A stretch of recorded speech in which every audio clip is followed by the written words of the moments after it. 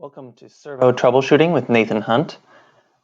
First off, I want to say if you have issues, TechConnect should be your first line of defense. Please call TechConnect.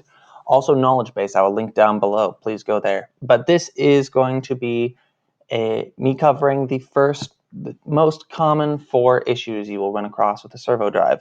And when I mean issues, I mean actual faults. So typically, you're trying to get it to run, or it was running before, and now it's not. So the most common being position error. So an E19 on Sercos on a SIP drive, that's going to be F or S54. So this is caused by excessive position error when a physical axis and basically the commanded axis, or what the drive is telling it to do, are too different, right? They're too far apart. So it's not quite, there's too much position error. So the dirtiest way to do this, if you're really just trying to get this fixed and taken care of, is one, make sure there's nothing in front of the axis. Oftentimes the root cause of this is worn guides or bearings.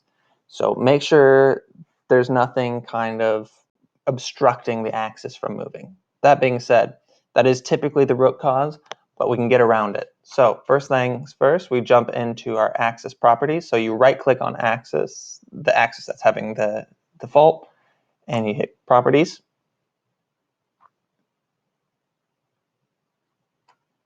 And then you jump into the position tab, position loop, there it is.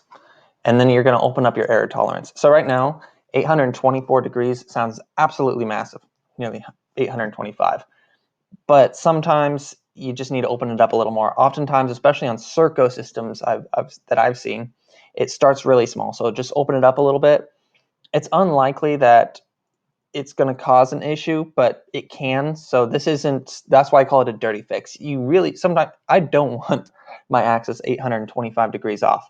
So if that's what I just opened it to, I don't want it there. So I want to be very, very careful. So you can open up the error tolerance. If you're just trying to get your machine running, you'll take care of it later, in which we all know that means you might take care of it later at best. So open that up. That's the first step in your position loop in your axis properties. So that's the first thing.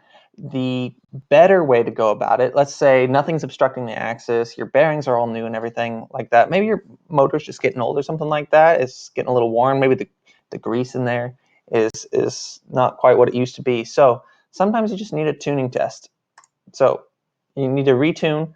So make sure when you are tuning, I would save whatever you have over here. So typically you'll have values over here. So your current, save those, write them down. So that way, if your tuning goes awry, you will have those, you can plug them back in, and you'll be none the worse at the very least. So most commonly in servos, I actually see point-to-point, basic or point-to-point. That's typically when you're going back and forth from a point to a point. Tracking is if you're following an axis, you're gearing to it and stuff like that. Load coupling rigid, I actually rarely do rigid unless this is directly coupled. If I have any sort of coupling, even if I have a gearbox, oftentimes I will go compliant, and then I will try to just get a better tuning. So along with that, loop response, low, medium, high, you play with that one to see what you get. But also, when you're auto-tuning, you want to increase speed and your travel limit as much as possible until it actually errors out and says you can't go that fast. And then once you perform your tune, or you keep stepping that up and you keep tuning until it won't let you go any higher on those two, you go ahead, accept your tuned values, then yeah, you're off to the races. If you are on a SIP axis, actually Sercos has it too. So Kinetix 6000, if you're on a new enough version, you will actually have the option of load observer. So typically with a SIP drive, I'd recommend load observer with velocity estimate. If you have a Kinetix 6000, I believe you also get load observer if you're at a certain firmware revision. So you also might have to be on a certain version of Logix. Not positive what version off the top of my head, but it is possible. So you can go ahead, call TechConnect. They might be able to help you out there. Control Flash Plus, I'd also highly recommend. But if you have load observer, if you don't have it enabled on your SIP drive, please enable load observer with velocity estimate. And if you're still having issues, I would actually, before I change this, so this is kind of more or less a last resort on a load observer, I would add tracking notch. If tracking notch, that'll basically tune out any sort of frequencies that are causing your system to, if it's howling, this is your go-to, your tracking notch. So this is within the compliance load compliance tab. So tracking notch, and if you're still having issues, it's kind of a toss-up between going with tracking notch and gain stabilization. It basically detunes the axis a little bit. So it's actually not going to be quite as accurate. So that might actually not help that much with your E19 fault. But so I'm hesitant to tell you to do that one. Similarly, it might just actually be fighting itself so much that it's getting an E19. I might also try stepping down this bandwidth a bit. And people always ask me how much. I would, if the axis is howling at you, this is a general tuning lesson. Step this down so it's not even to it. I've tuned axis down to 20 hertz before, and this was a huge axis. I mean, thousands and thousands of thousands of pounds. I'm trying to move fairly quickly, and so that is something to keep in mind. And actually, if you call into Tech Connect, they might tell you to actually trend actual position, commanded position, and position error.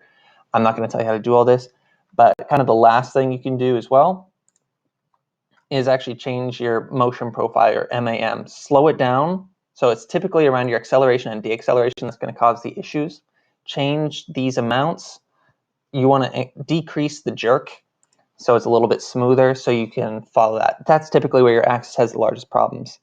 I want to note before we jump on that if you have a bad encoder, repairing the motor can fix that. If you have increased loader duty, if this is a common error, right? You've opened up your position tolerance, you've retuned the axis a dozen times, you have load observer, you've detuned it. Maybe you've detuned it to the point where it's not even hitting where you need to in time. Like your tolerance is so far open and it's so detuned that you're not going fast enough, as fast as you need to go, or accurate enough, and so you're getting a lot of slop. A lot of extra stuff, bad product essentially, right? Bad positioning. You might just need a bigger motor or drive, both maybe. So sometimes this can be caused by a badly sized application. All right, the second one is a bus overvoltage fault. It's an E10 on Sercos or an F35/S35 on a SIP drive. So this is, simply put, an incoming power is too high or there's excessive regeneration. So your incoming power is too high, right? So you have a spike in your power supply. Circuit breakers and filters and stuff can kind of help with this, but you can still get it. Or if you have a really high inertial load and you're stopping really fast and it's sending current back onto your DC bus, that's what can cause this. So things I would consider is first check that you didn't have a spike in the power supply. Typically you see that upstream somewhere, but also it could be from a bad power cable. So I would swap out your power cables for another. If this is intermittent, it could be difficult to then see that fixed right away, but I have customers that replace the cables and they're good to go. I would start with the power cables before you start switching with a larger motor or drive. I would also, before you start switching out the motor or drive, I would change the decel units, right? So regeneration happens when that motor is slowing down. So decrease your decel jerk. That is something to consider. Again, if you are trying to hit a certain point at a certain time, that could be an issue. Also, instead of moving, if you do need a larger motor, larger drive, sometimes you need the larger drive for the larger shunt. So consider adding a shunt. So if you go into here, and it's possible this is actually your issue right here. Unlikely, but so if you go into your module properties, if you go into your power tab, normally with a 5500 or 350 or whatever you're using, typically you just go into whatever drive is having the issue. This, however, I have to go into the power supply because it's a 5700. So in the power, here's where it is. Here's the shunt. So I typically hook up the shunt to that power supply. So here I'm using the internal shunt within the power supply. I can go to an external and I can add the shunt.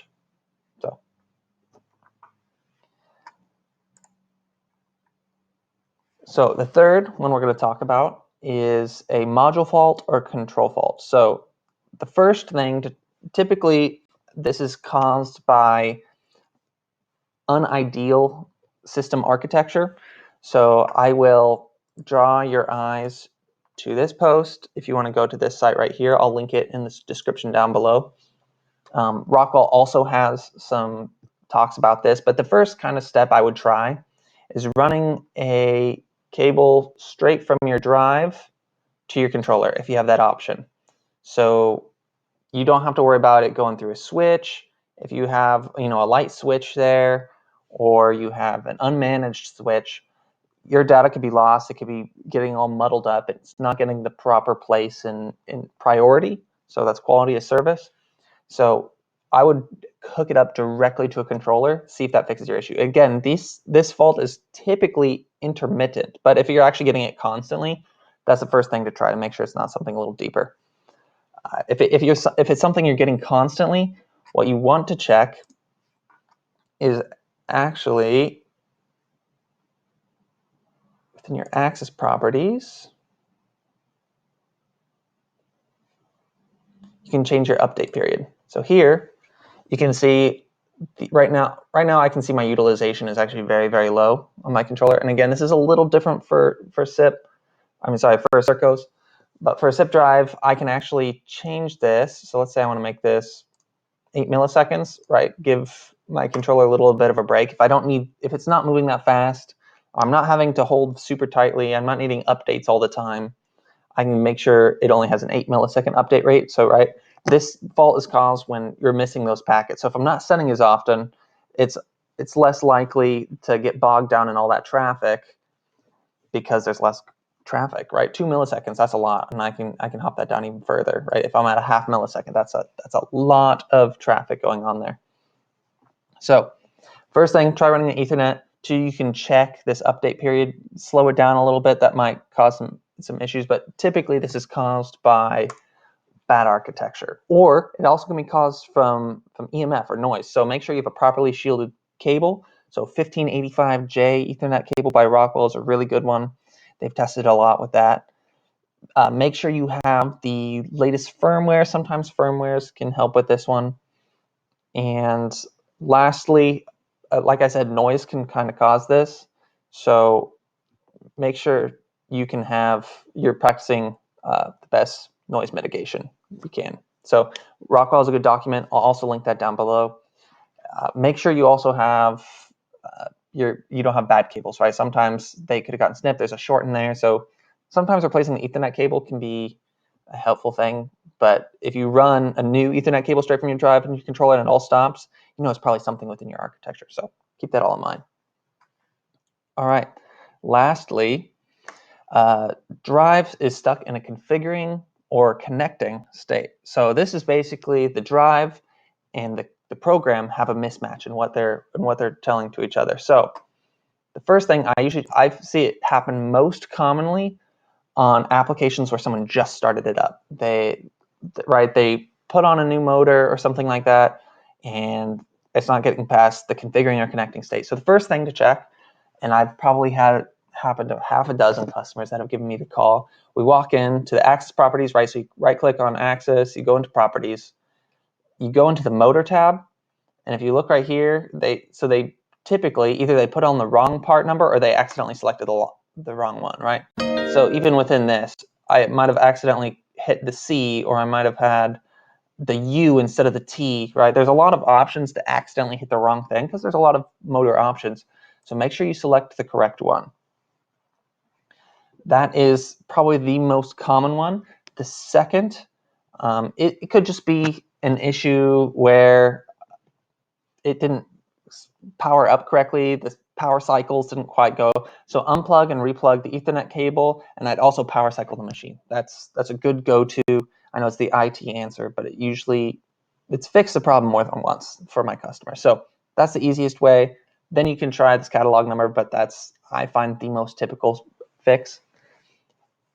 I would also make sure none of the wires on your feedback cable are loose. I've had that happen a few times, especially when someone is putting in a motor for the first time in their breakout board. If one of the wires is loose, or even the connector. So even on the DSL, the pins that come out of that DSL elbow, I'll call it, it's technically still a breakout board, can kind of become unseated, and they're pushed back so that's not getting a proper connection to the drive. So make sure that's properly set in there.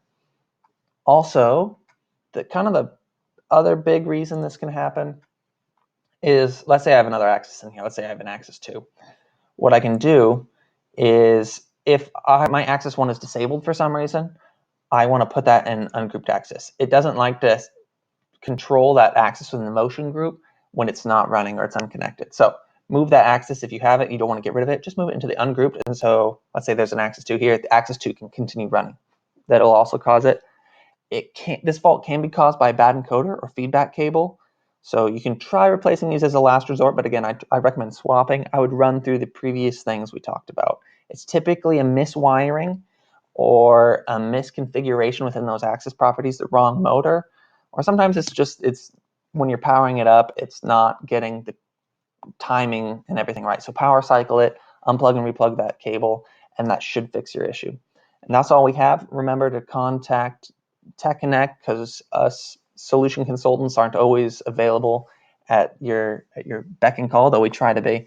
But that is your first line of defense, and hopefully we can get out there and help you out with some of these issues or other ones that you may have. Best of luck fixing your machine. Have a good one.